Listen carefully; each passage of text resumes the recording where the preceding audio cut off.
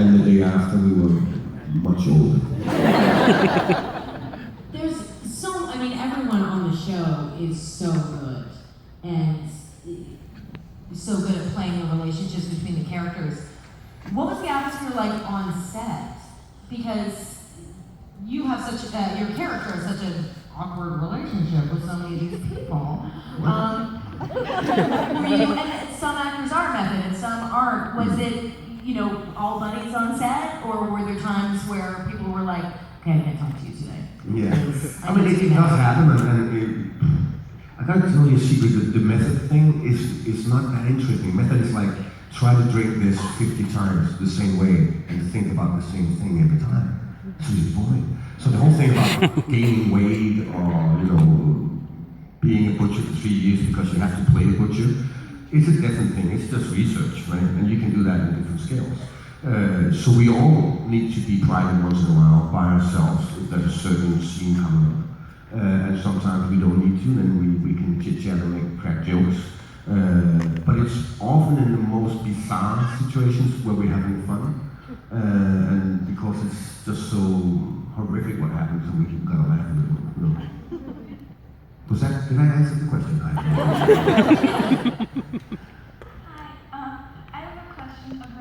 Season 3, episode 12, where you eat Frederick Chilton's lip. I was just wondering, what was that like to read on the script? And what was your reaction?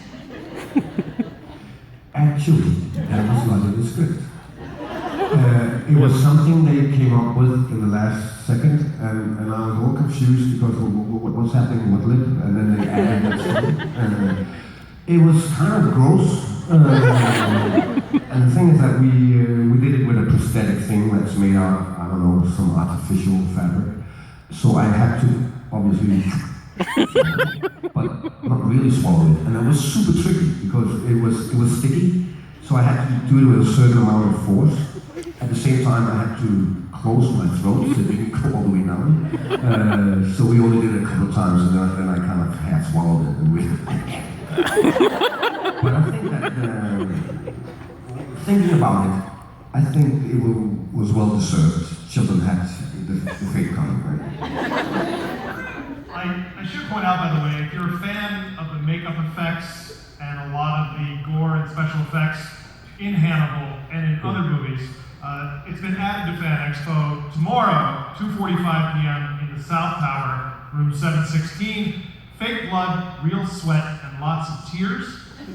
It's a Q&A panel with several of the top Canadian makeup artists and some who worked on Hannibal as well will be there. Fantastic.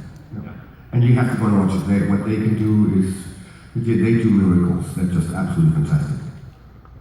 When you get all that fake blood, because I'm going to assume it's fake, on your skin and in your hair and stuff, does that just, you shower and it's gone, or is it residue for a bit? It depends on what kind of blood. They use different blood for different situations, right? A lot of the blood has sugar in it, and so if you are filming in the summertime outdoor, you're the guy with all the bees on you. And the thing is that you can't clean off because we're going to shoot it for 3 hours, and everybody's standing 15 yards away from it because it's just a bee. But some of the blood is not nice to get in the eyes, and some is fine, and some of it tastes real good. And that's the one that the bees likes as well. I was wondering, what are some of your best experiences that you had on or off screen on the Hannibal set? Rephrase that. What is what, sorry? Some of your best experiences that you had on or off screen on set. I think that the answer will be quite boring in the sense that I'm going to say something heartfelt, which is meeting all the fantastic actors and the fantastic crew. When you're a regular on a TV show, you get the chance to meet all these people who are visiting, and the amount of talent I've seen on the show has been enormous, and fantastic people on top of it. So I think that has been the best experience, and of course the directors as well, and people working with the crew. But in terms of what scenes, I've enjoyed tremendously having all the scenes with Judy Dancy, the very intimate scenes. It's been super cool for both of us. And I enjoyed my scenes with Gillian Anderson, who's here. But with everyone, and specifically, I enjoyed when I kicked the shit out of Lawrence Fishburne. Oh, was that the other way around? Actually, How do you like living in Toronto? I kind of like it, but I would like it even better if it wasn't the winter time always. It's a cold city. It's really cold. I thought I was a Viking. Fuck it, man. This is crazy. It's crazy. But the interesting thing about it, we've been shooting some of those chill factor days when it's 30 or minus 40. And it's always been with some, as you said before, some extra lying dead in the snow. And we are like in and out, 20 seconds we're back in the trailer, and they keep lying there. And when you ask them, like, are you okay? But they really want the job, but they all go, yeah, it's great. And you can see, but you're turning blue, my friend. It's my natural skin color. So it's been quite hysterical how cold it's been, right? But luckily we have a trailer. Hi, I was just wondering if there were any pranks pulled on set. What were some of your favorites and why? These are the kind of things you only remember when you're drunk, you know. But when you get the question, you blank, right? But some of the corpses who were not real corpses, they kind of ended up in awkward places sometimes, right? Every time you walk into a scene on a rehearsal, there'll be a dead guy in a chair, right? So that was kind of one of the pranks we always carried around. But I have to get back to that when I'm drunk. Get some tequila up here. Do you have a favorite scene watching it now, or do you have a favorite Hannibal moment?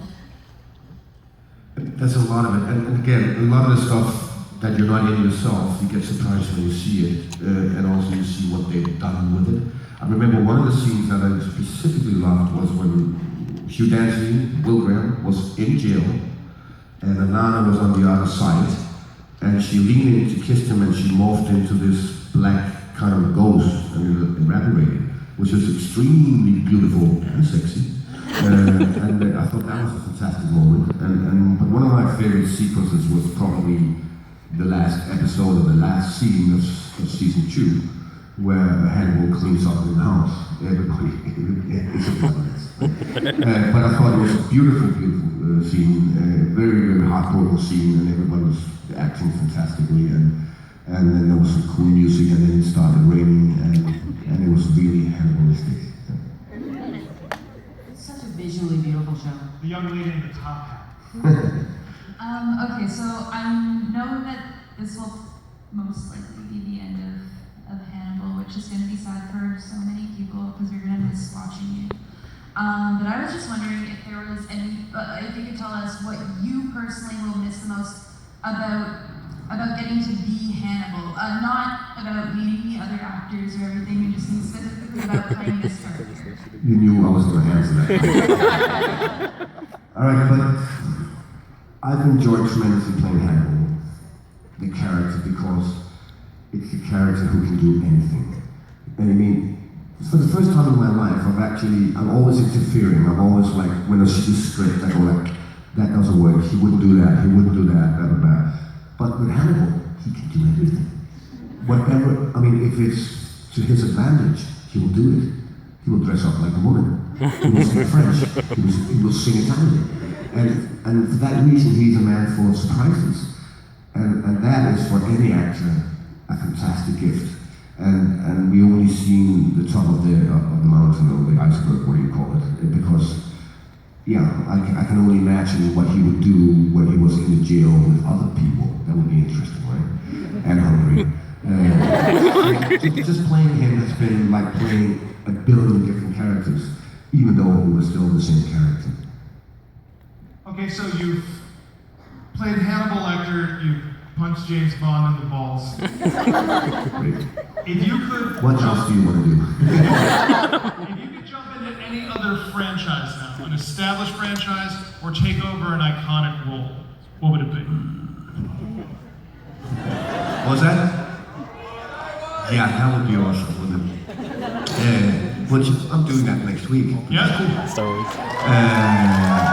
You are going to be joining Star Wars. Yes, I am. It's super fantastic. You may have heard that. Don't tell anyone I have not watched one single Star Wars film. I promise I will. I look forward. Just watch the original three. But to be, you're gonna break their hearts saying that, but I'll watch them all. As a kid, I wanted to be Bruce Lee. I mean, end of story. So I think that if I got the chance to be Bruce Lee in a film, I would like to do it. Fair. That's fair. Thank you for being here today. With all the other movies you've been, Pusher, Green Butcher, Adam's Apples, Charlie Countryman. Is there anything you brought from the Green Butcher or any of your other characters to Hannibal? And how many languages do you speak? I kind of like circus speak certain languages. I do the circus version of French, and I speak some German, Danish, Swedish, English, and that's about it. I did some Russian in the film as well. I've actually done some Indian as well, but I have no idea what I said.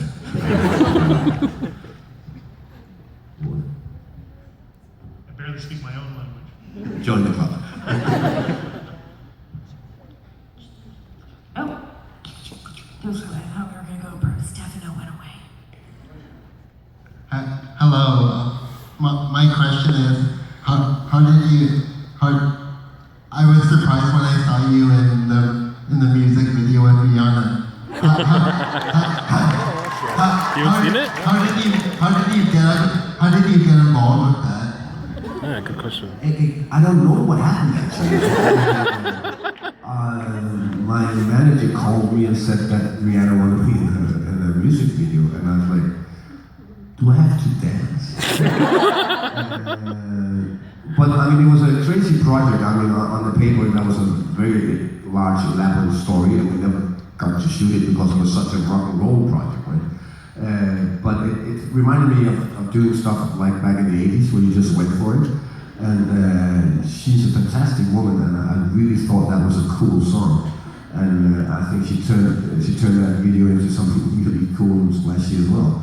So I'm pretty proud of that, and I think that it gave me a little boost on the kids' parody. It was like, oh, he's his dad, but he's kind of cool because he's doing a Rihanna video. And so I cherish that a lot. I love meeting her. She was super cool. Hi. First, I just want to thank you really quick for helping me cross something very huge off my bucket list, meeting a Bond film. That was awesome. But I've read that you were considered the Cary Grant of Denmark from your earlier career.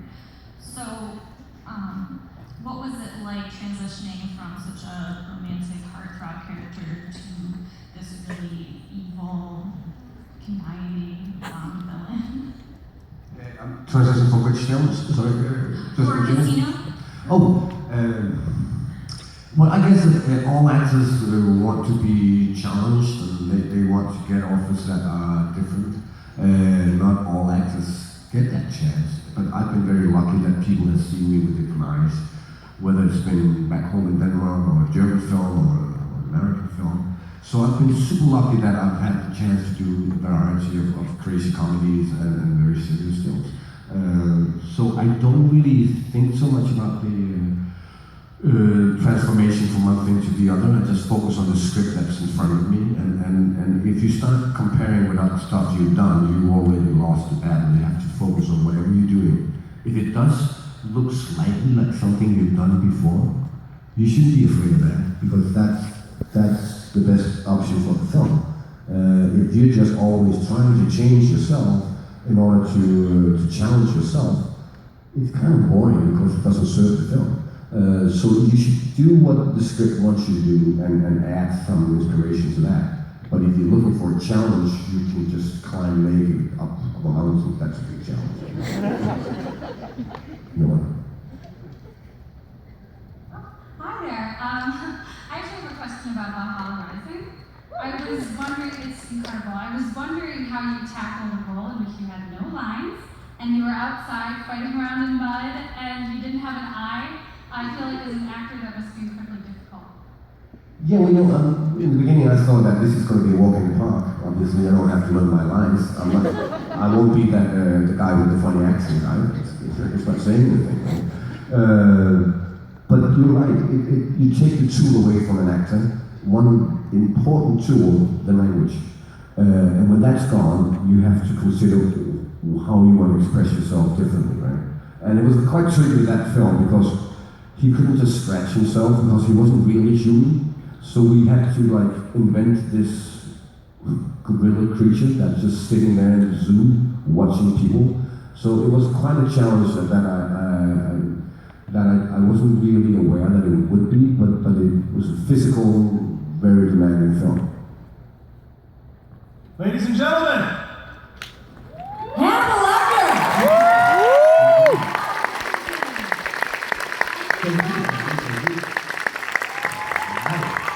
You guys, I just want to say once again to everybody here, both participants to all the festivals, thank you so much for your hard work on the show.